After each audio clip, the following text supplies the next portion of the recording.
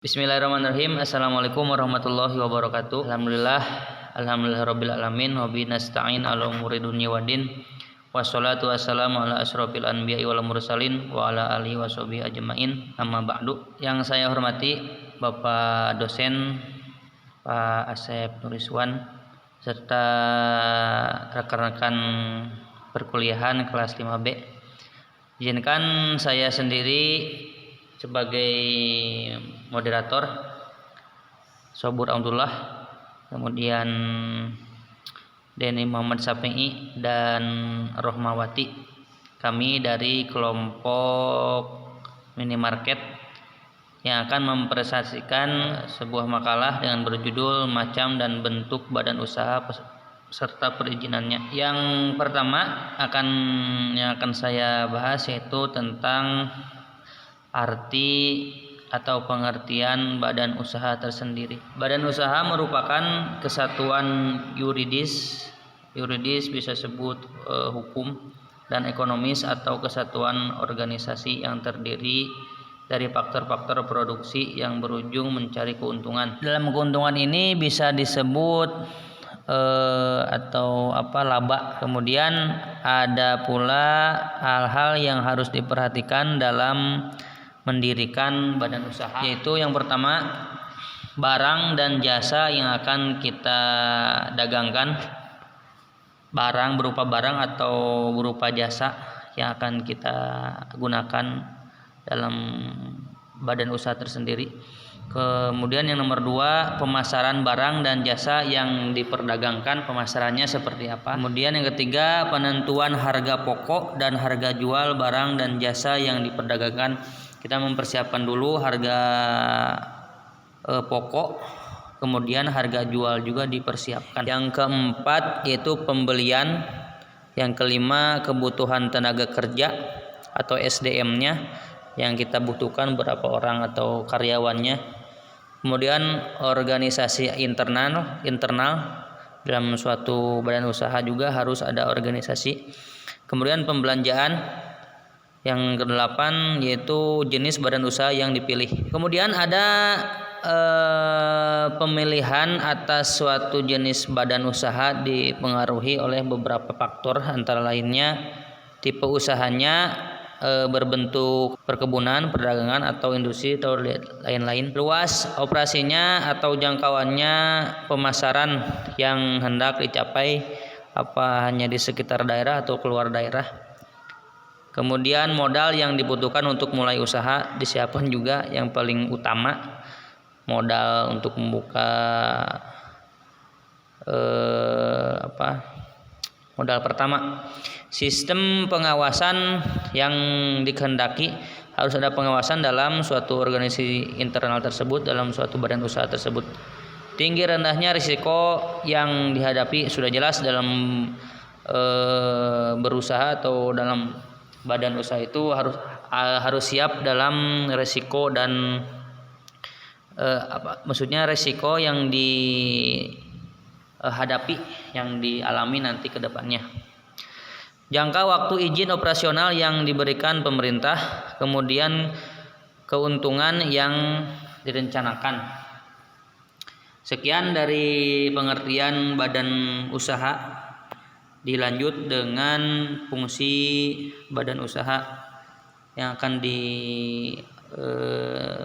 disampaikan oleh Denny Muhammad Safi'i. Fungsi badan usaha itu terbagi menjadi 5 badan usaha.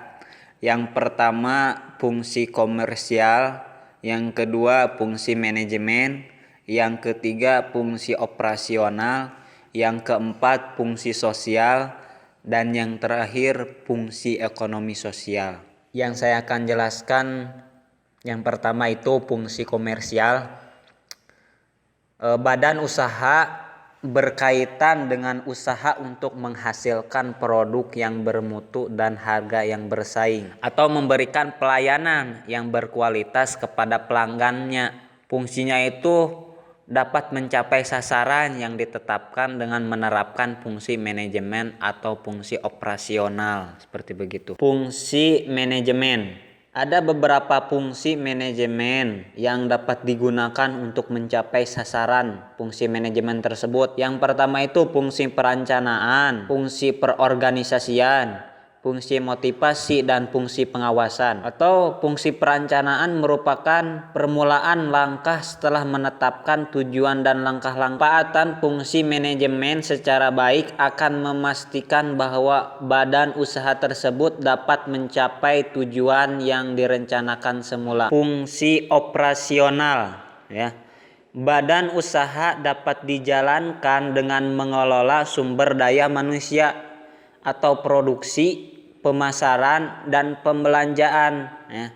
Jadi ini sangat penting untuk fungsi operasional itu harus ada sumber daya manusianya, harus ada produksinya, harus ada pemasarannya, atau juga pembelajarannya. Jadi semua dari fungsi operasional itu sangat penting. Fungsi sosial berhubungan dengan manfaat badan usaha secara langsung atau tidak langsung terhadap kehidupan masyarakat. Misalnya, perusahaan lebih memprioritaskan pengguna tenaga kerja yang berasal dari lingkungan sekitar perusahaan. Setiap perusahaan hendaknya membekali mereka dengan pengetahuan dan keterampilan teknis sesuai bidang kerjanya. Perusahaan harus dapat mencegah atau menekan dampak negatif tersebut. Pengelolaan limbah dan penataan lingkungan yang baik akan mempengaruhi pada kenyamanan hidup bermasyarakat di sekitarnya. Fungsi ekonomi sosial ada badan usaha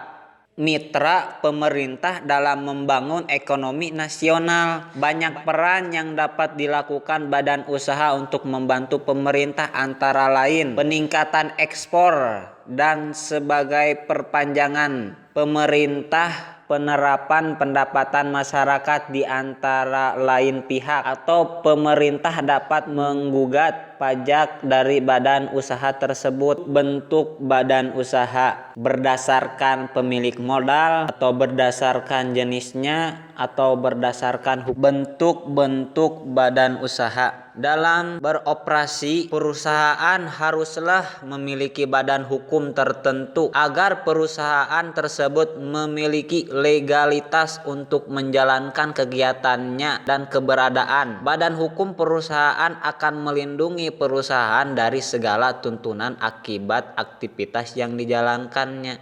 Jadi harus ada legalitas terlebih dahulu, ya, supaya perusahaannya itu melindungi dari perusahaan tersebut. Karena badan hukum perusahaan memberikan kepastian bahwa kekhawatiran atas pelanggaran hukum akan terhindar bagi perusahaan tersebut, ya. Mengingatkan badan hukum perusahaan memiliki rambu-rambu yang harus dipatuhi dengan memiliki badan hukum. Maka perusahaan akan mematuhi kewajiban terhadap berbagai pihak yang berkaitan dengan perusahaan, baik yang ada di dalam maupun di luar. Para pemilik usaha dapat memiliki badan hukum sesuai dengan tujuan dari masing-masing pemilik usaha terhadap apa yang ingin dicapainya. Assalamualaikum warahmatullahi wabarakatuh. Baik, untuk materi selanjutnya yaitu tentang macam-macam badan usaha. Di sini macam-macam badan usaha ada 4. Yang pertama yaitu adalah BUMN atau Badan Usaha Milik Negara. BUMN adalah badan usaha yang seluruhnya atau sebagian besar modalnya dimiliki oleh negara melalui penyertaan secara langsung yang berasal dari kekayaan negara yang dipisahkan. Lalu yang kedua ada BUMS atau Badan Usaha Milik Swasta. BUMS adalah badan usaha yang modalnya dimiliki oleh pihak swasta. Lalu yang ketiga ada BUMD atau Badan Usaha Milik Daerah. BUMD adalah perusahaan yang didirikan dan dimiliki oleh pemerintahan daerah. Lalu yang terakhir ada Badan Usaha Campuran. Nah, badan usaha campuran ini adalah badan usaha yang pemilik modalnya dimiliki oleh pihak negara dan pihak swasta. Pembagian hasil keuntungan berdasarkan besarnya modal yang ditanamkan. Lalu materi selanjutnya yaitu tentang perizinan badan usaha. Dalam sebuah usaha, kita harus memerlukan surat-surat dulu atau perizinan terlebih dahulu. Di antara perizinan itu ada 8. Yang pertama yaitu SITU dan HO. SITU ini yaitu surat izin tempat usaha, merupakan pemberian izin tempat usaha, dan HO adalah surat izin gangguan. Mungkin dalam usaha tersebut akan menimbulkan bahaya, gangguan, atau kerusakan lingkungan, sehingga harus mendapatkan izin. Lalu yang kedua, membuat nomor rekening. Sebelum membuat akta pendirian, notaris akan menanyakan berapa persentase saham masing-masing pemilik. Oleh sebab itu harus melakukan hal-hal berikut, yaitu membuat nomor rekening atas nama perusahaan. Lalu yang ketiga adalah nama, logo, dan merek perusahaan. Itu sudah jelas ya, dalam sebuah perusahaan harus mempunyai nama perusahaan, logo, merek, alamat, dan lain-lain. Lalu yang keempat adalah NPWP atau nomor pokok wajib pajak. Sudah menjadi ketetapan pemerintah bahwa setiap wajib pajak, baik individu maupun pemilik perusahaan, harus mempunyai NPWP. Lalu yang kelima yaitu membuat akta pendirian perusahaan. Akta pendirian perusahaan tersebut memiliki tujuan yaitu untuk menghindari terjadinya perselisihan, memberikan penjelasan status kepemilikan perusahaan, mencantumkan nilai saham, dan mengetahui besaran modal. Lalu yang keenam yaitu SIUP atau Surat Izin Usaha Perdagangan.